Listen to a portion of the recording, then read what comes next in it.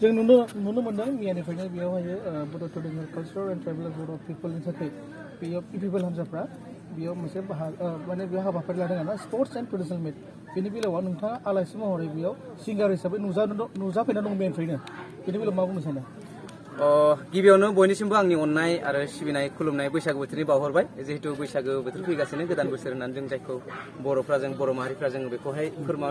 फोरमायोबा जों बेखौ दिनैसिम मानिबोदों आरो नोंथांमोननिसिम निउस मिडिया नोंथांमोनखौ जोबोद जोबोद साबायखर नोंथांमोनाव मैयानिफ्राय नांबाय थादों बेवहाय हाबाफारियावहाय दा नैबे हाबाफारियाहाय जाहैबाय स्पर्ट्स एन्ड कालचार माने मिट आरो जाय माने गोग्लैसोनानै थानाय बर'नि ट्राइबेलफोरनि जिथु मोसानाय रोजाबनाय बा बायदि गोमानो नागिरनाय जिथु खुगा मेथाइयानो जा बा बर'नि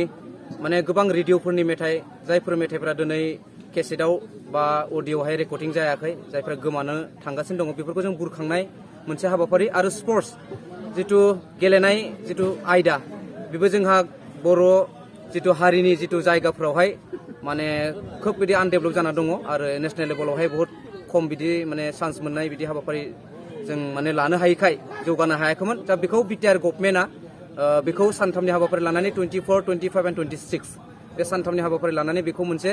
जांख्रिखां माने जायफ्रा गामि सिङाव थानाय मानसिफ्रा बेखौ बुजि मोनाखै खायफा मानसिफ्रा स्पर्ट्सआ मा कालचारा मा हारिमुआ मा मोसानाया मा रंजानाया मा आरो गोदोनि मेथाइफोरा गोमानो थांनाय जायफोर मेथाइफ्रा माबायदि बुरखांब्ला बेखौ जोङो खनोब्ला माबायदि बर'नि गेजेरावहाय सिनायथि मोनगोन बेखौ मोनथियैनि थाखाय बेफोरबायदि गेदेर गेदेर हाबाफारिखौ लानाय जादों आरो बेखौनो जोङो साबायखर बावदों बिटिआर गभर्नमेन्टखौ जे बे हाबाफारिखौ जोंनि गेजेराव लाबोनायनि थाखाय आरो बे भेरगाव जिल्लानि बे भेरगाव ओनसोलावहाय लाबोनायनि थाखाय जोङो बिटिआर गभर्नमेन्टखौ जोङो गोसो गोरबोजों जोबोद जोबोद साबायखर बावदों। बेजों लोगोसे नोंथाङा खम बयगावनो बेबायदि मुंदांखा सिंगार जानो हाबाय आरो बर'फोरनि लाइमोनफोरनि गेजेराव गोसो गोजोन बेबायदि माने इयुथ लाइमोनफोरनि थाखाय लाबोनो हाबाय बेनि बेलायाव मा बुंनो सानो सारा? आं गावखौनोथ' दासिमबो साक्सेस होननानै सानथ'वाखै खिन्थु रायजोफोरा दासिम आंखौ अनबोदों मोजां मोनबोदों आरो आं मा मेसेज होनो हादों मा मेसेज होनो हायाखै बेखौ आं दासिम गाव जेबो बुंनो हाथ'वा खिन्थु आंनिफ्राय बेनो मोनसे खावलायनाय जे बर' हारिया मोनसे गोग्गोम मोनसे हारिमु दङ बेनो जाबाय गाननाय जोमनाय लांगा दख'ना गामसा आर'नाइ बायदि बायदि बेफोरजों लोगोसे जोंनि हारिमुवा जोबोद जोबोद सोमोन्दो दङ आरो बिनिनो मोनसे बाहागो जों बैसागो जे बैसागोखौ जोङो सानफ्रोमबो माने प्रत्येक बोसोराव खुंनांगौ आरो प्रत्येक गामियावहाय बर' रायजो राजाफ्रा बैसागोखौ खुंनांगौ अब्लासो जोंनि हारिमुवा थांनानै थागोन अब्लासो जोंनि हारिमुवा गोजौ लेभेलाव थांगोन मोनथिगोन जे बर' हारिमुवा बर' रायजो राजाफ्रा मा गानो मा गाननानै मा माने जोमनानै मा मेथाइ खनो मा देंखो होयो बेफोर गासैबो मिथिंगाजों गोरोबनाय स' बेखायनो आङो खावलायो आङो मेसेज होनाया बेनो जे बर' रायजो राजा नोंथांमोना गावबा गावनि हारिमुखौ बैसागोनि गेजेरजों अननानै खुंफुंनांगौ आरो बैसागोनि गेजेरजों बर' हारिमुखौ लाखिलांनांगौ। बैसागोआव मोनबेसेसो प्रग्राम बुकिं जाना दं बे समाव? बैसागोआवहाय आंहा देग्लाय खोब एडभान्स बुकिं जादों मथा मथि दासिम जोङो 17टा 18टानि खाथियावहाय बारबाय 20टा जानो थांगासिनो दङ दिनै मोननैसो कन्टेक्ट जाबाय 21टा जानोसै आंहा प्रग्रामाहाय आरो बैसागोआवहाय आङो मात्र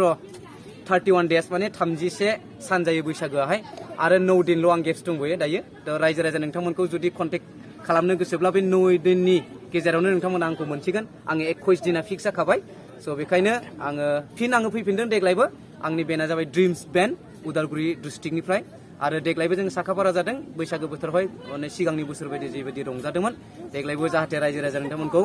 बर' रायजो राजा नोंथांमोनखौ गामि गामि आं फिन लोगो मोनगोन होननानै आङो गोसो गोरबोनिफ्राय आङो खावलायनो थाबाय। लास्ट सोंथि सानाव सासे बर'नि मुंदांखा मेलोडि गारां थानानै नोंथाङा इन्डिया गड्स टेलेन्ट स्पर्टनि थाखाय मिजिंथिदों बा नाजानो बेफोरबायदि सानदोंना सानाखै? आङोथ' नाजागासिनो इण्डियान आइडल 2019 आङो स्टुडिअ राउन्डसिमबो बम्बाइसिम थांदोंमोन जिहेतु जोङो सलमान आली बे उइनार जादों मोनसे समाव जों एखेलेगे अडिसन होदोंमोन सलमान आली आं स्टुडिअ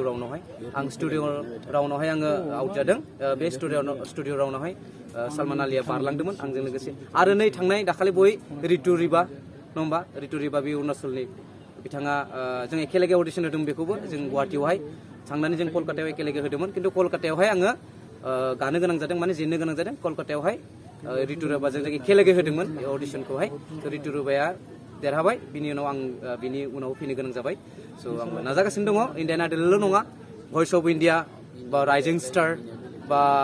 माने इण्डिया गड्स टेलेन्ट गोबां माने अडिशन आङो होबाय थादों दिनैसिम आं नाजानाया दङ आरो नाजाबाय थागोन बिदिनो सार जों खोनानो मोनदों नोंथाङा नैबे फैबाय थानाय 2023 निफ्राय बे बैसागुनि थाखाय मोनसे गोदान मेथाइ रिलिज खालामदों आं नोंथांखौ खावलाय एसे खनना होगोन नामा बे मेथाइआ मा मेथाइ बियो शुटिं जागासिनो बियो शुटिंखौ गलाघाटआव लादों आदा सपन बिथाङा क'क्राझारनि बिथां आदाया बेखौ माने प्रडिउस माने करिय'ग्राफ खालामगोन होननानै खोनादों मेथाइआ निथामुनिजों आंजों खनदों आरो लिरदों बेखौ प्रसेनजित खाख्लारि होननाय बर'नि गोबां माने गेदेर सासे मेथाइ लिरगिरि जायनिखि गौतम आदा बिग्राय आदा सुलेखा आब' बिथांमोननि मेथाइखौ बिथाङा लिरबोबाय थादों गोदोनिफ्राय आरो दा आङो बिथांनि मेथाइखौ खनदों स' मेथाइखौ एसेल' खोनासंनोसै आङो बारा गोसोआवबो गैया स्टुडिअ'आवसो खनदों नालाय बोथोर गोदाननि रंजालि सिखोला देलै मोसालै बायदेम सुदेम बोथोर गोदाननि रंजालि सिख्लाफोर देलै मोसालै बायदेम सुदेम स' थेंक इउ आं बेखिनिखौनो गोसो दङ मेथाइखौ थेंक इउ गोजोनबाय